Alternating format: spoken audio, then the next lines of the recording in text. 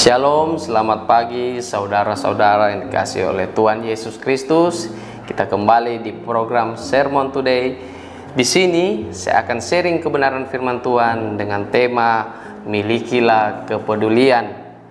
Di masa yang sekarang yang begitu sulit ini, kadangkala kita cenderung mementingkan diri kita sendiri. Hari ini kita mau belajar kebenaran firman Tuhan. Jika kita tidak segar belajar peduli terhadap orang lain, maka kita akan cenderung mementingkan diri sendiri yang tidak ada habisnya. Dalam Kamus Besar Bahasa Indonesia KBBI, istilah peduli merupakan kata kerja yang berarti mengindahkan, memperhatikan, atau menghiraukan.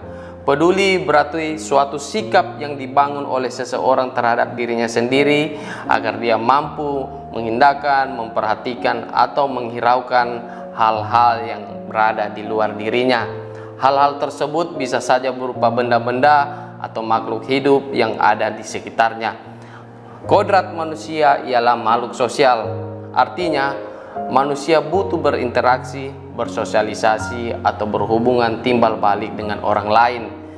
Perlu dicatat, ketika berinteraksi dengan orang lain, berarti kita harus berimbangi perasaan dan kenyamanan orang lain juga. Namun, di masa sulit sekarang ini, keseharian kita pasti berubah, entah sebagai pelajar, ibu rumah tangga, ataupun sebagai pekerja. Mereka tidak lagi sesering biasanya berinteraksi bersama dengan teman lainnya. Namun hal tersebut tidak lantas membuat kita menjadi berhenti peduli antar sesama.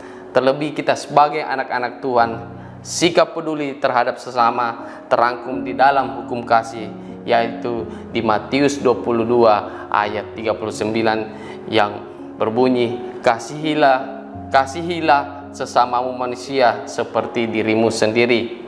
Bahkan Rasul Petrus dalam tulisannya kepada jemaat Filipi mengajarkan untuk mempraktekkan kasih Tuhan kepada sesama. Karakter peduli terhadap sesama merupakan suatu sikap atau tabiat yang terdapat dalam diri seseorang yang mau untuk mementingkan kepentingan orang lain di atas kepentingannya sendiri. Kita akan belajar bersama bagaimana strategi membangun karakter peduli terhadap sesama. Yang pertama, mengutamakan kesatuan roh. Di sini dalam Filipi 2 ayat 1 dan 2, jadi karena dalam Kristus ada nasihat, ada penghiburan kasih, ada persekutuan roh, ada kasih mesra dan belas kasihan. Karena itu, sempurnakanlah sukacitaku dengan ini, hendaklah kamu sehati sepikir dalam satu kasih, satu jiwa, satu tujuan. Tinggal dalam sebuah komunitas atau kelompok di mana orang-orang berasal dari berbagai latar belakang suku, bahasa, dan adat istiadat yang membuat ujian adaptasi atau penyesuaian diri. Paulus menekankan agar setiap orang yang mau hidup dalam kesatuan roh atau kesatuan rohani memungkinkan orang memiliki harmonisan dalam hubungan kesehatian dan menerima kekurangan dan kelebihan orang-orang dalam komunitasnya. Yang kedua, mengutamakan kepekaan hati dalam Filipi 2 ayat 3 dan 4. Dengan tidak mencari kepentingan sendiri atau puji-pujian yang sia-sia. Sebaliknya, hendaklah dengan rendah hati yang seorang menganggap yang lain lebih utama daripada dirinya sendiri.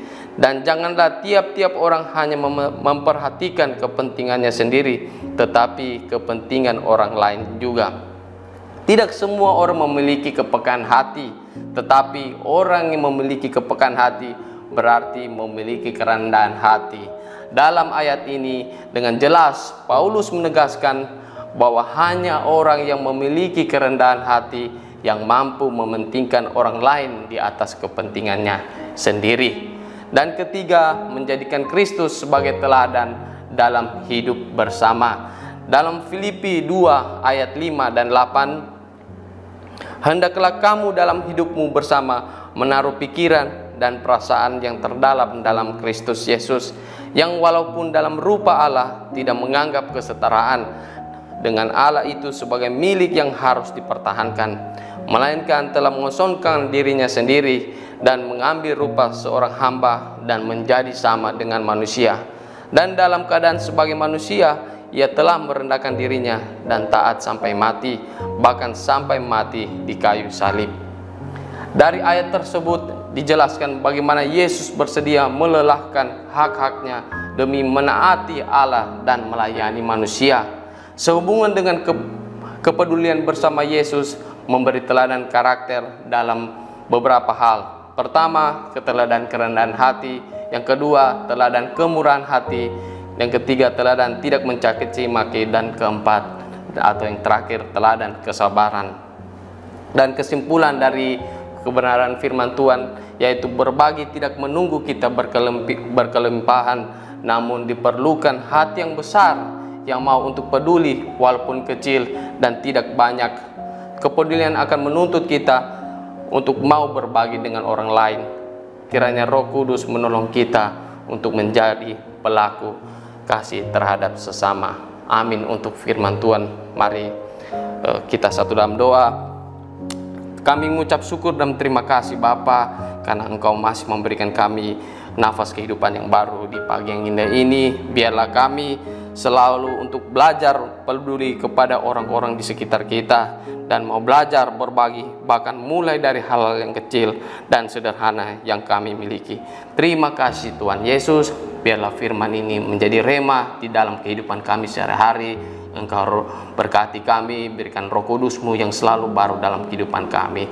Terpujilah nama-Mu, di dalam nama Tuhan Yesus kami sudah berdoa. Haleluya. Amin.